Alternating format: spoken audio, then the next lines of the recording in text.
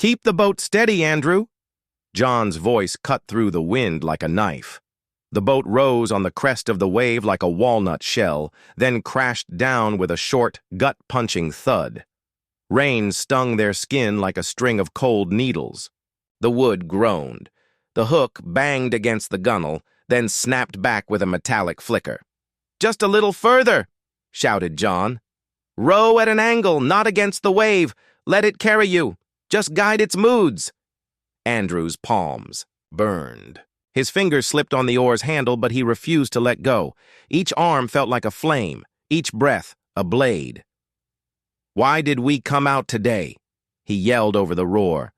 "Because today the sea changes her skin, and when she does, the big ones come close."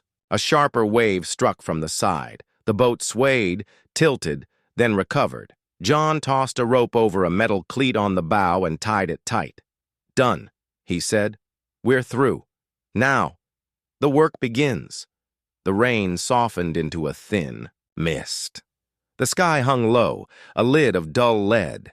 John slowly pulled out his fishing rod, dropped his shoulders, inhaled deeply, and baited the hook with movements so slow they felt like part of a centuries-old ritual. "Here?" Andrew asked. "It's just open water. No reef? No shadow?" "Here," John confirmed. "Don't look at what you see. Listen to what you can't hear yet." Andrew raised an eyebrow, but said nothing. The line fell. Ripples widened and faded. Time began to gnaw at his patience like a mouse in a sack of grain. Minute after minute, nothing. "This feels like a joke," he muttered. "Between a joke and a revelation lies the thin skin of one word. Patience," John said, without moving his eyes. An hour passed before Andrew felt a faint vibration in the line, a tiny shiver. He pulled. The line came back slack, empty, like a promise withdrawn. "You caught air," John remarked. "I missed my chance. You lost your fear of silence. That's worth more." "Not on an empty stomach," Andrew grumbled, grabbing a soggy piece of bread. John took one bite, then wrapped the rest. "Don't feed yourself too much while you wait. The weight of sleep comes with the weight of bread." The wind rolled into whispers. Suddenly the boat shivered, as if a palm had brushed it from below. Andrew froze. "What was that?" "Not what? Who?" John said. "A warm current, a column of water rising. When the currents change their language, the big ones come to read. A few meters away, the water creased briefly. A wing of water. A long shadow." "Now?" Andrew asked. "No." "Why did you come out in a storm?" Andrew pressed, with the tone of a child asking about an old scar. "Because my brother never made it home on a calm day," John said. "I learned, too late, that the sea doesn't take you when she's screaming. She takes you when you think you're safe in her arms. Since then, I watch her when she shouts and when she whispers. I listen. I never let her lull me again." Andrew stayed silent. The wind grew even softer. A seabird passed close, dropping a short, sharp cry. In the boat, John's story sat between them like a third man. First came the dolphins, 2 of them, leaping over a tongue of water. For a moment, the boat was a dot in a game they knew better. Andrew smiled without meaning to. Then a cloud tore open, spilling a strip of light like a ladder between sea and sky. "Signs," John said, "but not trophies. Don't confuse them." Hours crawled. Andrew's shoulders sagged.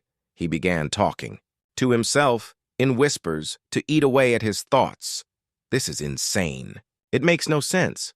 A fish isn't worth a whole day." "We're not fishing for a fish," John said. "We're fishing for the moment when you can catch them all, or let them go." "Let them go," Andrew blurted. "The greatest catch is the one you don't cling to." John pulled a match from his pocket, lit it with his palm shielding the flame. "Why?" "To see the fire, so you remember you're alive." The flame danced for a heartbeat in the light wind, then died. The short tang of phosphorus gave way to the salt air. "What you light in yourself lasts longer," John said. "But don't burn others with your impatience." Andrew's line suddenly went taut. The rod bent, the boat tilted. "Hold it!" John shouted. Andrew yanked, too hard. The hook flew free. The sound of a tail slapping the surface hit him straight in the chest. "You scared him," John said. "You made him say no." "I ruined everything." "You learned the value of rhythm. Next time, don't command, negotiate." On the horizon, a small boat waved a makeshift flag, a strip of red cloth. "They need help," Andrew said. "Yes." "Shall we go?" "We shall," John replied without hesitation. They rowed toward them, a young couple, their engine dead. The woman trembled. "The storm caught us off guard. No signal." John tossed them a rope, towed them to safer waters, fixed the spark plug with a small knife and a safety pin. "Thank you." "Don't thank me," John said. "Thank the sea for giving you time."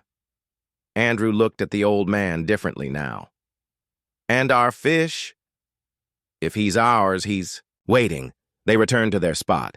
It looked the same, but the air was different, warmer somehow, pulsing faintly in their palms as they touched the water. "Now," John said, "you're not waiting for fish.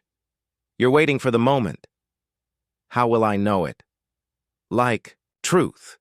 You won't hear it shout, but you won't be able to ignore it." The line quivered lightly, then stilled. Another tremor, deeper, a short pull. Andrew held his breath. 1 second. 2. "Now," John whispered. But Andrew had already felt it.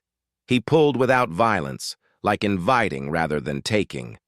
The rod arched, alive and tense. The fish dove. The boat spun. Andrew felt the cord between them, a thin wire carrying impulses, strength, intent. A bridge between worlds. Don't pull him to you. Draw circles until he comes on his own. Lift. Release. Lift. Release. The fish lunged sideways, then down. The line sang. "Loosen one finger." A moment too late. The line almost snapped. Andrew adjusted. The fish turned, weary for a moment, then charged again. Minutes became molten metal in his forearms. John's voice came in short bursts. "Left, hold, let go, now lift, good." Explosion of water, silver scales. A black eye locked on Andrew's for a heartbeat, then back under, like a deep bow. "You see him?" John asked. "I feel him," Andrew said. "Then speak to him with your muscles." A memory flashed like cold lightning. His father, long gone. The last words. "You're too quick. You'll break everything you touch." Not today, Andrew thought. Today I break nothing. Today I build a connection.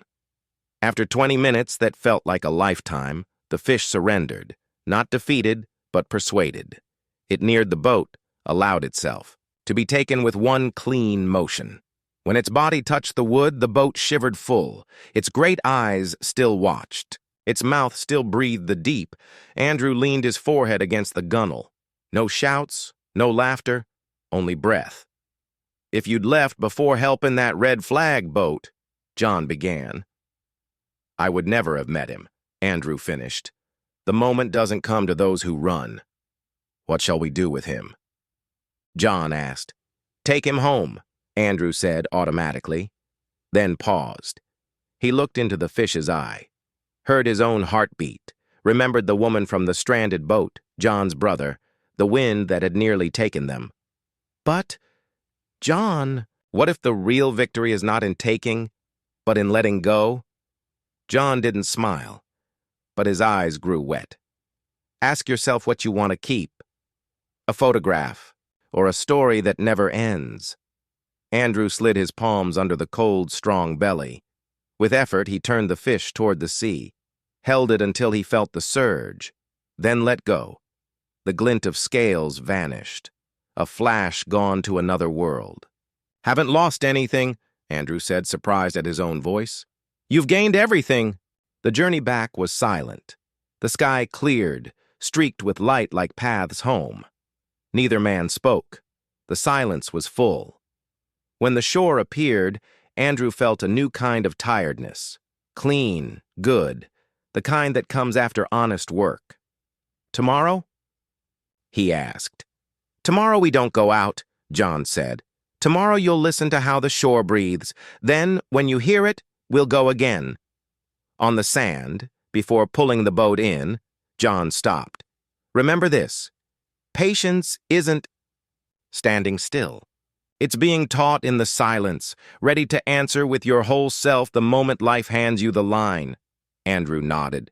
He looked at his hands. They burned. But for the first time, they didn't feel empty. They held an invisible line, stretched, toward an endless sea. If John's story touched you, tell me in the comments which moment stayed in your heart. Subscribe for the next journey. A motivational story that will give you courage to face the storms in your own life. And until then, keep your eyes on the horizon and your heart open. The most beautiful catches come when you least expect them.